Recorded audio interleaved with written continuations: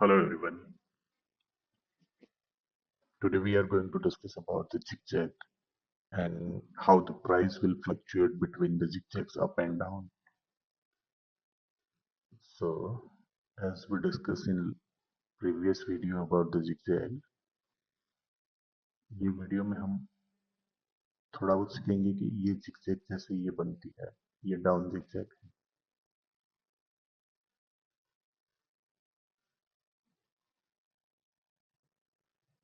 और ये एक अप zigzag है।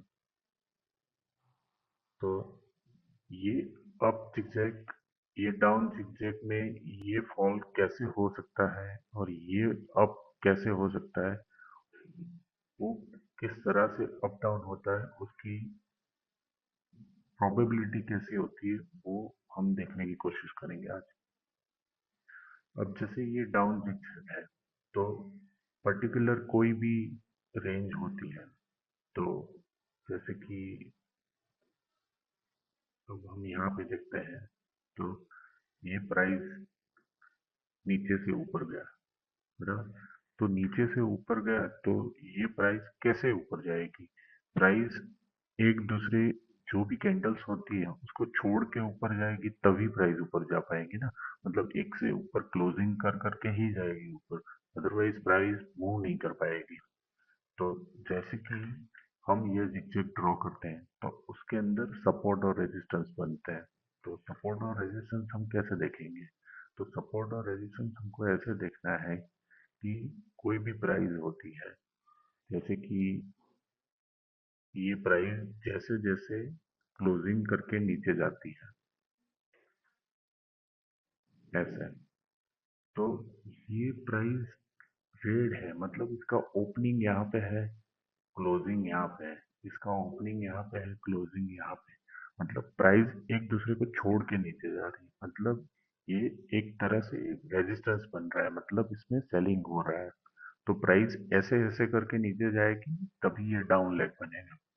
तो हमको इम्पोर्टेंस लेवल कौन कौन से होते हैं कि ये एक कैंडल है और ये एक कैंडल, तो इसके बीच का पार्ट होता है, ये मेन इम्पोर्टेंट लेवल है, क्योंकि ये प्राइस ये रेंज को छोड़ के जा रही है, मतलब ये डाउन जा रही है।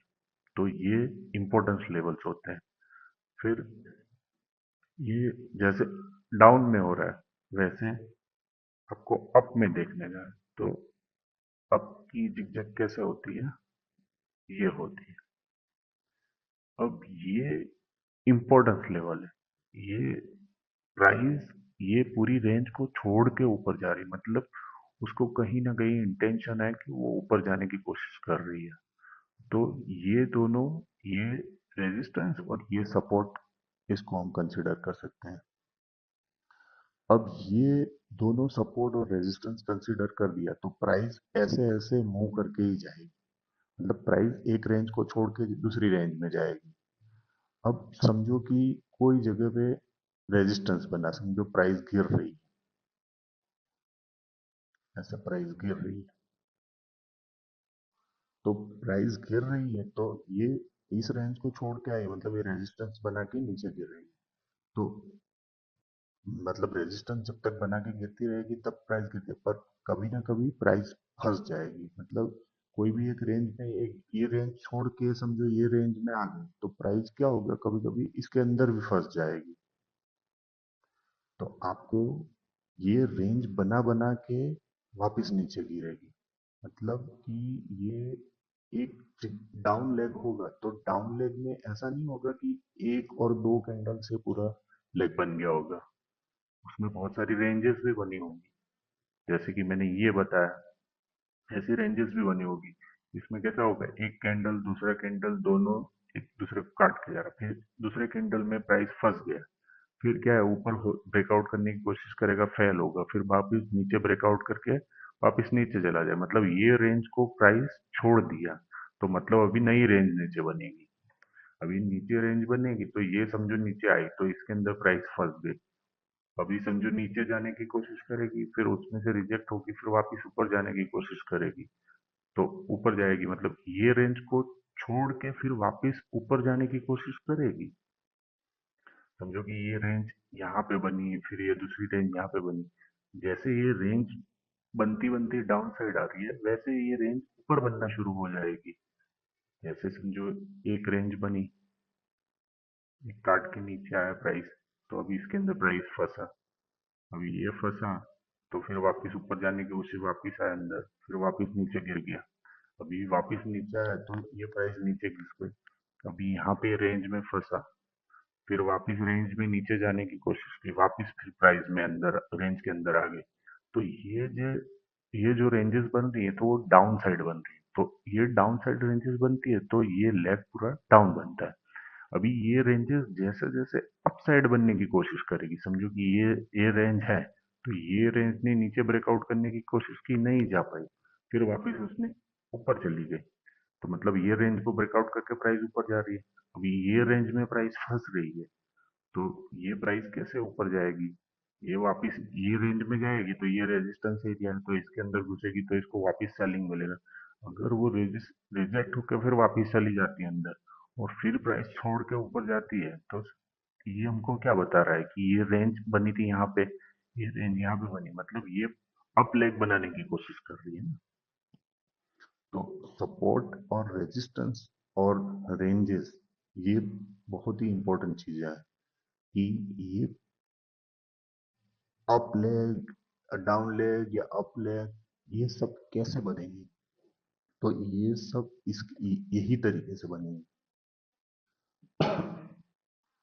क्योंकि सपोर्ट और रेजिस्टेंस आपको पता कैसे चलेगा कि किसमें बन रहा है, क्या बन रहा है। तो वो ये रेंजेस की वजह से पता चलेगा, क्योंकि कोई ना कोई रेंज बनेगी तो उसको ऊपर भी ब्रेकआउट करने की कोशिश करेगा, नीचे भी करेगा।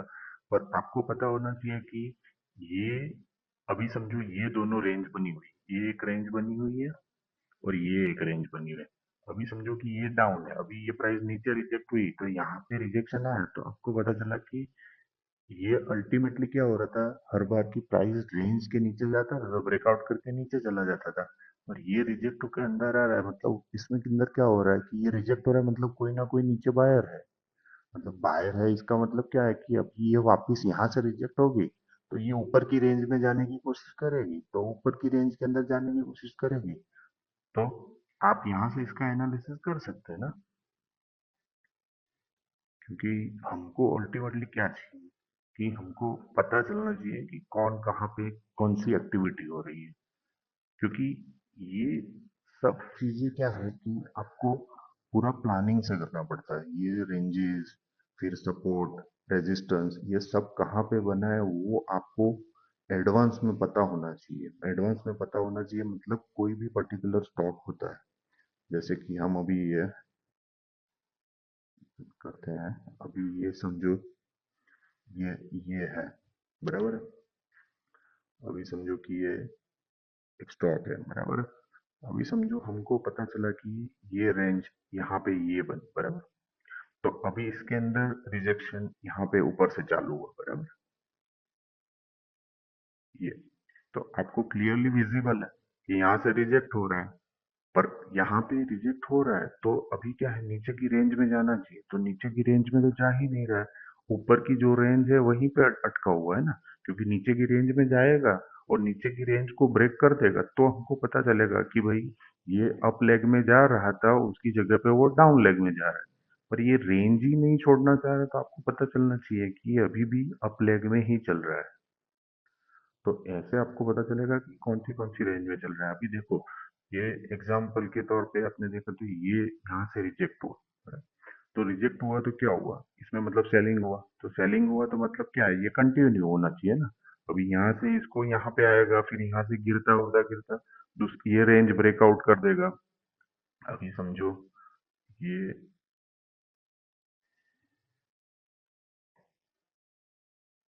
ये रेंज अभी बनी थी, बराबर।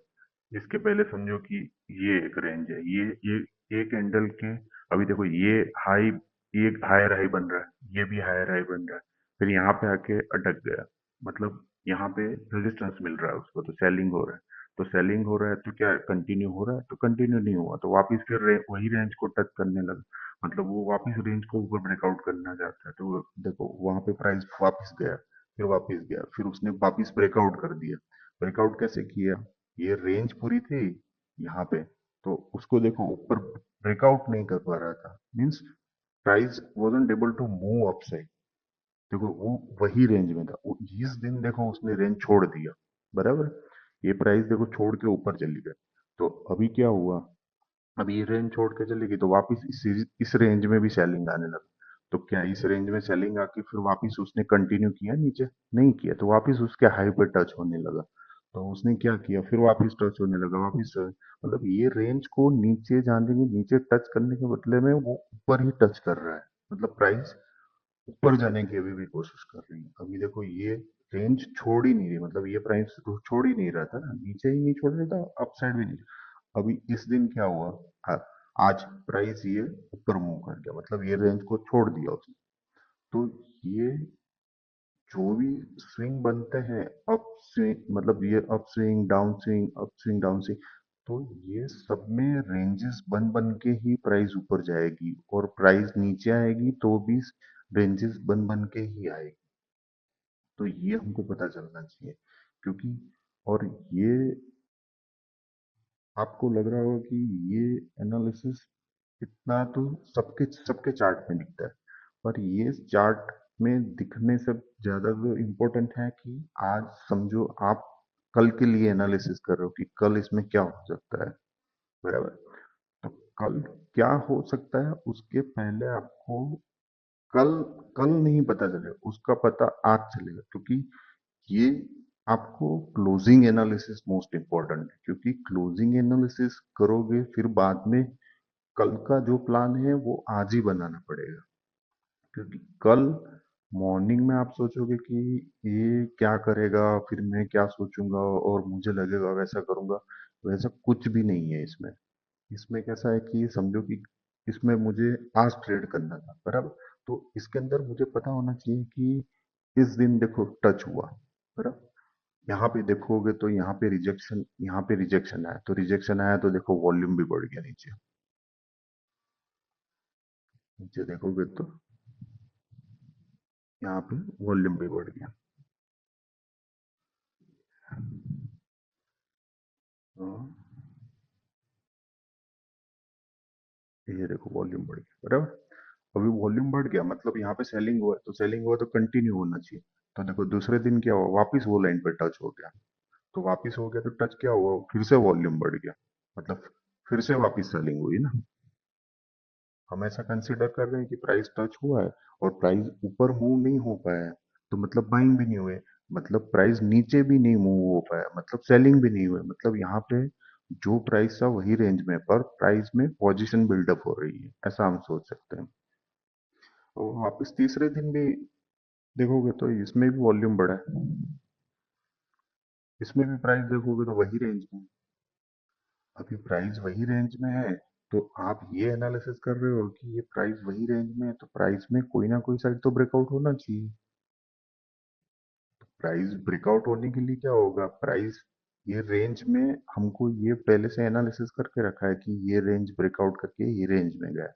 अभी ये रेंज में नीचे जाने की कोशिश कर ही नहीं रहा है, ऊपर की रेंज में ही टच हो रहा है, तो मतलब ये प्राइस ऊपर की साइड ब्रेकआउट करने की कोशिश करेगा।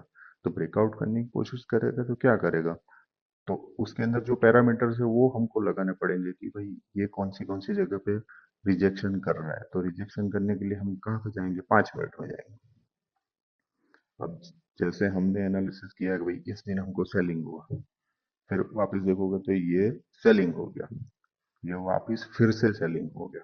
पर ये पहले ही दिन जब सेलिंग हुआ था तो दूसरे दिन तो इसको कंटिन्यू करना चाहिए ना, वो कंटिन्यू नहीं कर रहा है, वापस इस रेंज को टच कर रहा है। तो ये यहाँ पे रेजिस्टेंस ले लिया, बराबर। तो हम समझ रहे हैं कि ये हमारी रेंज की लाइन है, तो यहाँ से रिजेक्शन ले रहा है। तो ये दूसरे दिन क्या हुआ, ये रेंज पे गया तो फिर वापस गिर गया। पर इस बार क्या हुआ, इसके अंदर हर बार ओपनिंग इसके अंदर ही थी, देखो आप, ये अंदर ओपन हुआ रेंज के, फिर वापस ऊपर जाने की कोशिश की, वापस भी गिर गया, फिर वापस अंदर ओपन हुआ, फिर उसको नीचे जाना था तो फिर नहीं गया, वापस वो रेंज पे जाके कर टच हो गया, फिर वापस ये लाइन के नीचे ही ओपन हो रहा है, वापस रेंज के ऊपर जाके टच किया, फिर वापस गिर गया, अंदर आ गया।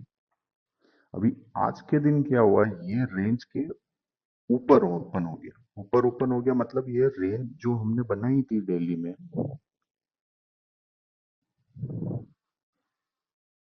ये रेंज की लाइन है, तो ये रेंज पे देखो आप, एक भी दिन उसके ऊपर ओपनिंग नहीं हुआ है। हुआ है एक भी दिन।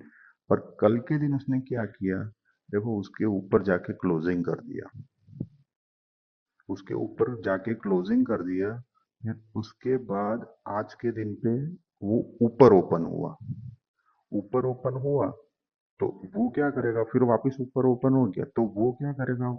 हमको ये पता है कि ये रेंज के ऊपर तो सेलर बैठे हुए हैं। यहाँ पे तो ये रेंज के ऊपर हर बार जाता था तो गिर जाता था ना, ये ऐसे ही गिर गया।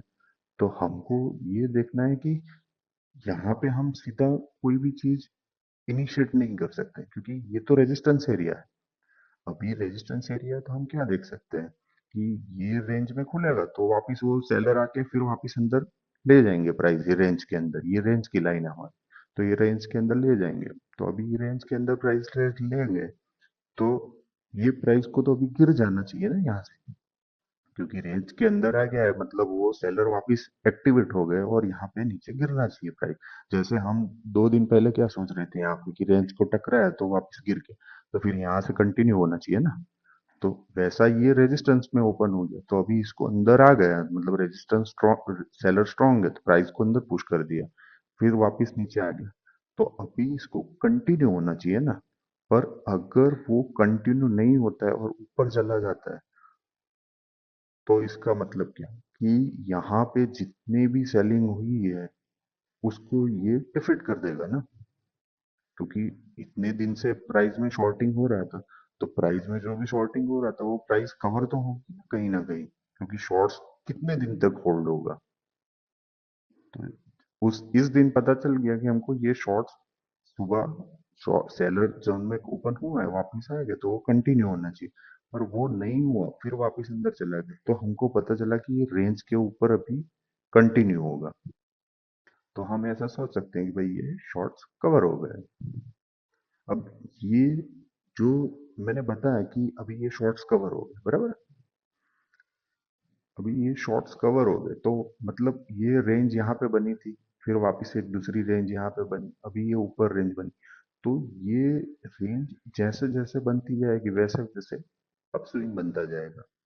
तो ये हम जो अभी डिस्कस कर रहे थे ये वाला, ये स्विंग का पूरा, तो ये अप स्विंग अभी ऐसे बना, सेम टू सेम वैसे डाउन स्विंग बनेगा ना।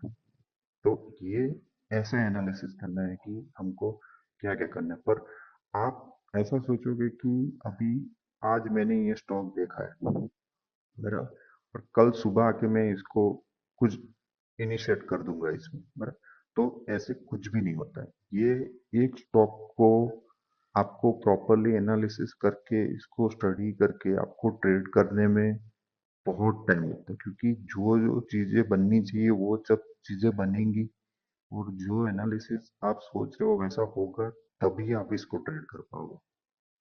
क्योंकि पर्टिकुलर एक स्टॉक को आपको ट्रेड करने के लिए कितने दिन का एनालिसिस चाहिए। आप सोचो, ये दिन जिस दिन ये रेंज छोड़ के गया था फिर इसकी रेंज के ऊपर से रिजेक्शन आया, तो आपका एनालिसिस क्या था कि अभी ये रेंज में जाना चाहिए, तो ये रेंज में जाके ये रेंज में ये लाइन पे टकरा रहा है, मतलब आपको इस जितने दिन इसको टकराएगा उतने दिन उसको आपको एनालिसिस करना पड़ेगा। क्योंकि ये ऐसा तो नहीं है कि, क्योंकि आपको पता है कि आपको इसके अंदर से एक दिन इनिशिएट कर रहा है तो आपको इतने दिन सब एनालिसिस करना पड़ेगा, और ये सब एनालिसिस वॉल्यूम प्राइस और रेंजेस, अदरवाइज ऐसे इसमें से डायरेक्टली आप सोचो कि यहाँ सुबह सुबह आप सोचो, आप समझो कि ये इतने दिन एनालिसिस करके आपने रख दी बराबर है, तो अभी इतने दिन आपने एनालिसिस कर दी तो आज के दिन में तो आपको पता चल गया ना कि ये ऐसे कंटिन्यू नहीं करने वाला। और ये नहीं करता है तो आपको पता चल गया ना कि अभी ये रेंज छोड़ने की तैयारी कर रहा है। तो अभी इतने दिन एनालिसिस किया पर आज के दिन में तो समझो आपको ये ऐसा लगेगा कि मतलब एकदम जो आप सोचा था वैसा ही काम हो रहा है। तो बहुत सारे लोगों के लिए ये कैसा लगेगा कि भाई ये मैजिक है, कि ये सुबह 9:15 को ओपन हुआ, फिर यहाँ से आपको कैसे पता चल गया? तो ऐसे आपने इतने दिन एनालिसिस किया है, तभी तो आपको पता चला। अदरवाइज ये सब ये स्ट्रक्चर यहाँ पे बनेगा वैसे कैसे पता चल सकता है? किसी को भी नहीं पता चल सकता। पर आपने सब रेंजेस, सब सपोर्ट एंड रेजिस्टेंस सब एनालिसिस किया है, इसीलिए आपको पता चला। और मेरी सबसे एक ही रिक्वेस्ट है कि कॉल पुट ऑप्शन ये सब चीजों से बहुत दूर रहिए। ये सब चीजें कोई काम की नहीं है। कोई काम की मतलब आपका जो भी पैसा, जो भी आप एनालिसिस करते हो, जो भी इन्वेस्टमेंट करते हो, वो सब जाएगा। क्योंकि कॉल पुट में आप ये इस जब तक ये फंडामेंटल नहीं पता है तब तक आपको कॉल पुट करके भी क्या फायदा मिलेगा? बहुत सारे लोग करते हैं कि भाई ये कैंडल में बाय कर लिया और दूसरी तीसरी कैंडल में एग्जिट कर लिया, स्कैल्पिंग करते हैं। पर इससे क्या मतलब? कोई फर्क नहीं पड़ेगा, मतलब कुछ समझ नहीं आएगा उसमें। कॉल इसे मेरी रिक्वेस्ट है कि कॉल पुट से बहुत दूर रहिए। वो सब चीजों में कुछ भी नहीं है। आप कैश में फंडामेंटल ये एनालिसिस करिए। आप सोचिए, आप आपको ये एनालिसिस पता है तो आपको कॉल पुट फिर बाद में भी कर सकते हो ना, क्योंकि आपको फिर ये रेंज पता चल गई। तो फिर तो आपको ये भी पता चलेगा ना कि कहाँ तक रेंज आएगी प्राइस। तो ये भी तो एक बड़ी चीज है ना, क्योंकि फिर आपको ये सब चीज करके क्या पता चला कि इन सब चीज में आपने एनालिसिस लगाया, आपने क्लोजिंग एनालिसिस किया था, ओपनिंग एनालिसिस किया। ओपनिंग एनालिसिस में पता चला कि रेजिस्टेंस एरिया में ओपन हुआ तो आपको पता है कि वहां पे सेलिंग आया तो वापस नीचे चला गया। तो ये सब एनालिसिस इंपॉर्टेंट है। तो ये जिगजैग के अंदर सपोर्ट रेजिस्टेंस कैसे बनते हैं, रेंजेस कैसे बनते हैं, वो आज हमने डिस्कस कर लिया। अभी नेक्स्ट वीडियो में हम दूसरा एक टॉपिक डिस्कस करेंगे। Okay, thank you.